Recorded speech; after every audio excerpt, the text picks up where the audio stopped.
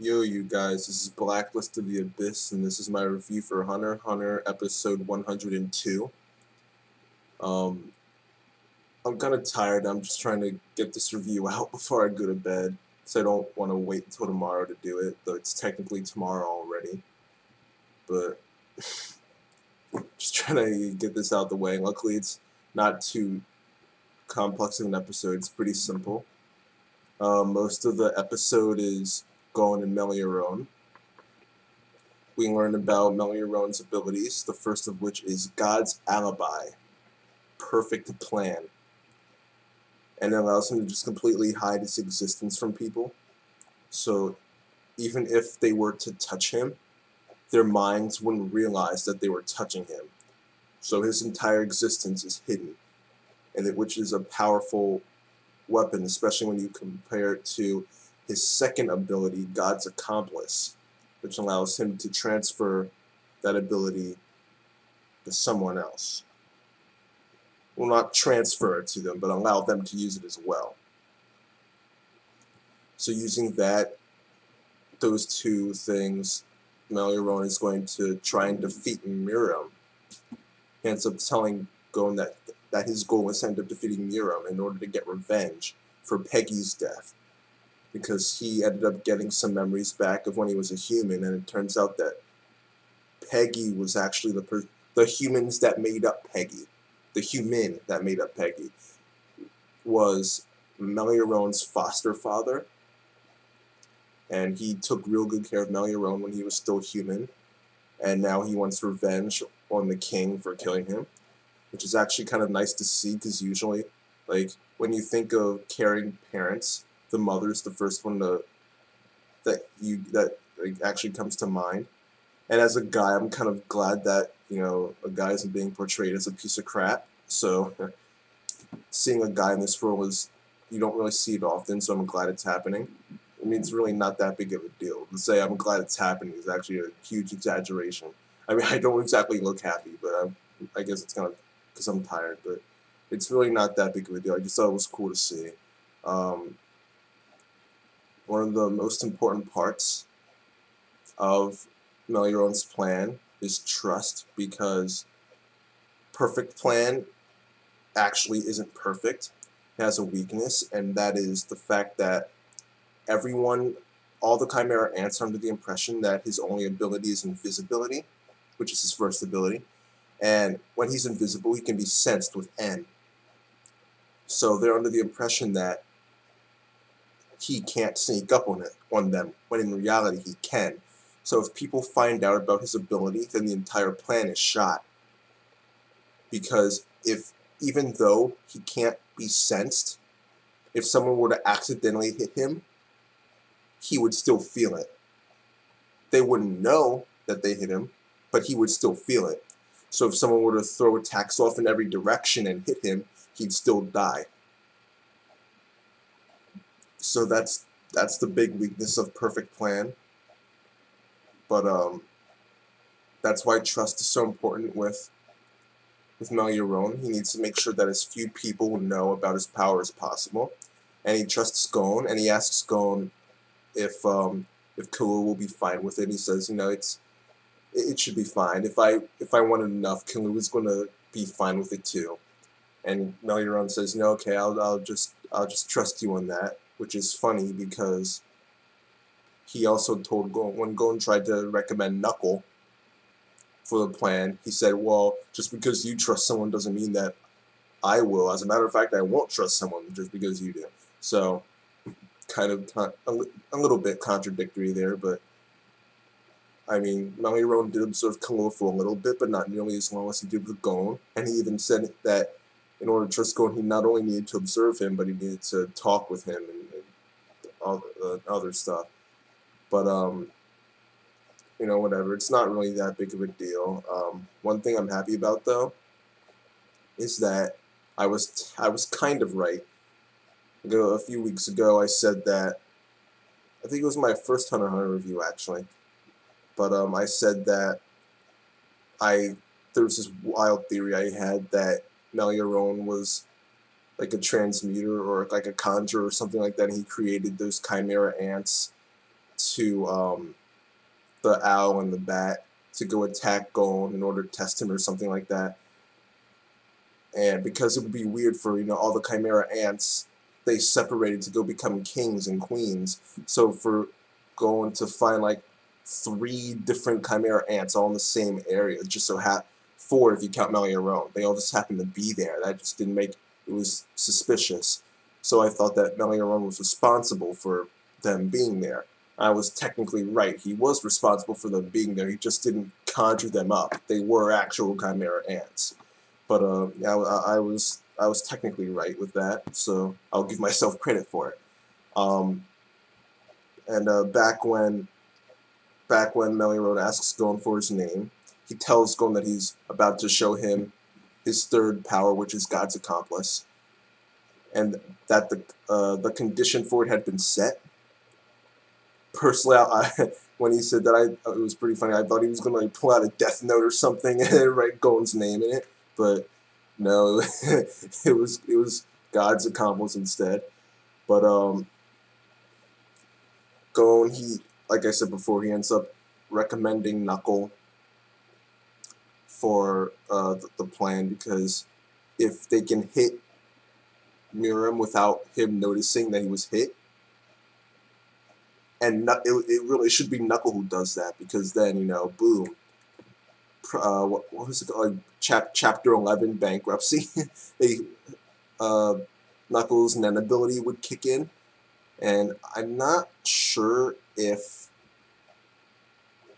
his Nen ability would become visible at that point. It's something created by Knuckle whose existence wouldn't be known. So even though it's technically separate from him, it's kind of linked to him too. So I'm not really sure if Meruem would actually see the thing that like floats around your head. But if he does, then they're screwed, because like they said before, he just shoot attacks off in every direction. He'd probably just have his tail spin around the whole room. But yeah, I mean, if he doesn't notice it, then that's just a guaranteed win. It really is a guaranteed win. All Knuckle has to do is sit there for who knows how long. Then Meruem loses his Meruem would lose his Nen for 30 days, and then hey, you could do the same thing to the Royal Guard too. Hit them all at the same time. They all lose their Nen at the same time. Boom, just take them out. And then that's that. So Gon's actually onto something there, and he ends up calling Knuckle and shoot, well, Knuckle specifically, and Knuckle tells him that they should meet up, and they decide that they're going to meet up in Mondai City. But he also tells them that Morel is using his power to, like, in the capital, he's got a bunch of men there. Pretty much the gist of it is that he's going to try and stop P2's puppets and everything from moving around. Then Netero and Knov are also working on holding P2 back. But because of the things that they're doing, they won't be in any condition to legitimately fight the Royal Guard when the time comes. So it's going to be up to Knuckles, Shoot, Killua, and Gon, and Icalgo and Meruem, now that those two have joined on. And I'm assuming that what's her name is going to show up at one point too. Crazy girl with the black hair who likes Knov. Used to like Gon, but now only likes Knov. I'm assuming that she's going to show up at some point, because she's in the ending. She's in the ending, so she's got to be relevant. Her power. Togashi wouldn't give her a Nen ability just for like a gag scene, and he wouldn't waste a good idea. So, also speaking of Nen abilities and good ideas, Meruem's abilities are actually pretty creative. I like that. I said it last week, the week before, but last week. Togashi's good at coming up with these like unique powers and Nen abilities, so I like that about the series. But yeah, I think she's gonna end up being important at some point. She's gonna come in. So yeah, I guess we see Netero at this point. It's the thumbnail. He's incredibly focused. incredibly focused, more so than freaking Meruem in the episode of Kuroko from this past Saturday. He's incredibly focused, and it looks like he's gonna go all out. And I'm pretty sure I know how this ends. Actually, I do know how this ends. I don't read the manga, but I know how this ends. I won't spoil anybody, but we should. Well, I don't really know the details of what happens, but I'm assuming we should be in for a treat. I mean, it's Togashi, so I'm assuming it's going to be good.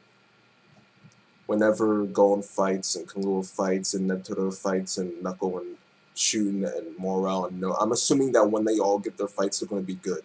So, yeah, as far as what happens in the end, I don't really know much other than one specific thing that has to do with the arc that comes after this, because I know the name of the arc that comes after this, and that alone is a huge spoiler.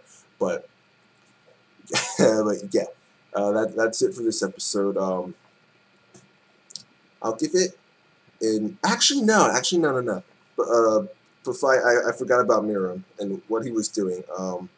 He was, like, playing games with all these guys. He was studying up on, like, Go and chess and shogi, and just taking on, like, all these national champions. And this big guy, he thought he was going to run away, which was pure stupidity.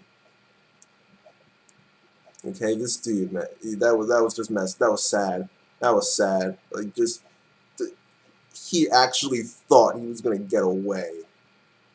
The guy's the freaking king of the Chimera Ants. They've been on the news. Freaking Hagia, like, ate a reporter. It's not... They're not a secret anymore. Okay, everyone knows about the Chimera Ants. Why would you try to run away? It doesn't make sense.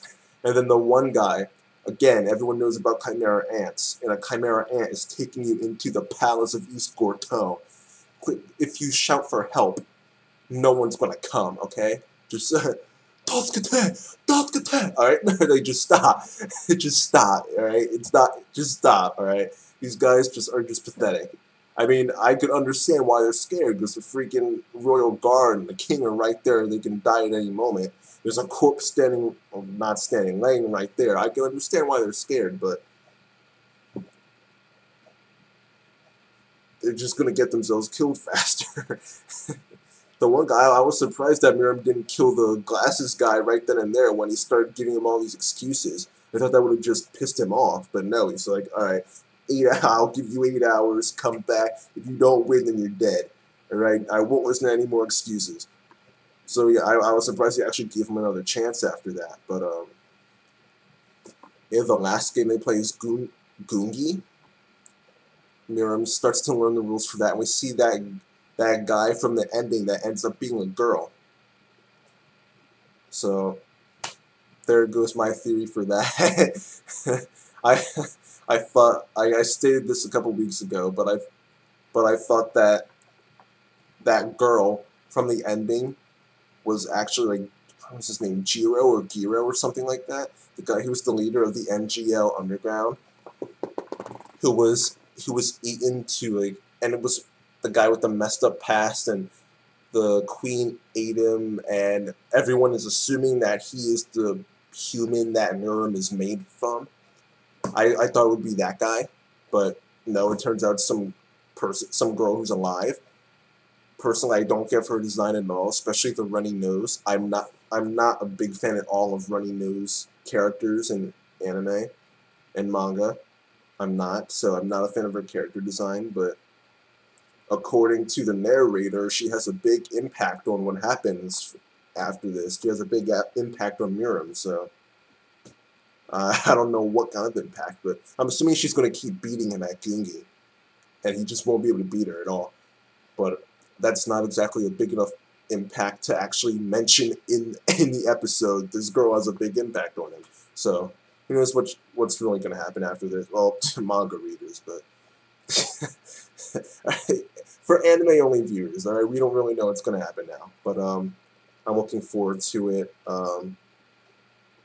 Now that I've seen this episode, I kind of look at the ending in a completely different light. Like with Meruem, like, sitting there thinking, the girl there on the other side, the chips and things, like, falling through the air. I look at it in a completely different way now. because before when I thought it was Giro or Jiro or whatever, I just thought it was trying to show that those two were the same, or were the same in the sense that Meruem was made from him, but nope. So now I see it in a different light, and it's actually a pretty nice, it's a better ending than I thought it was.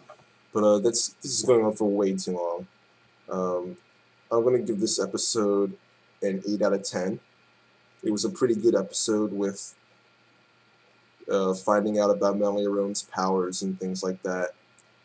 We've got a meetup with Knuckle and Shoot, going to go meet Gon.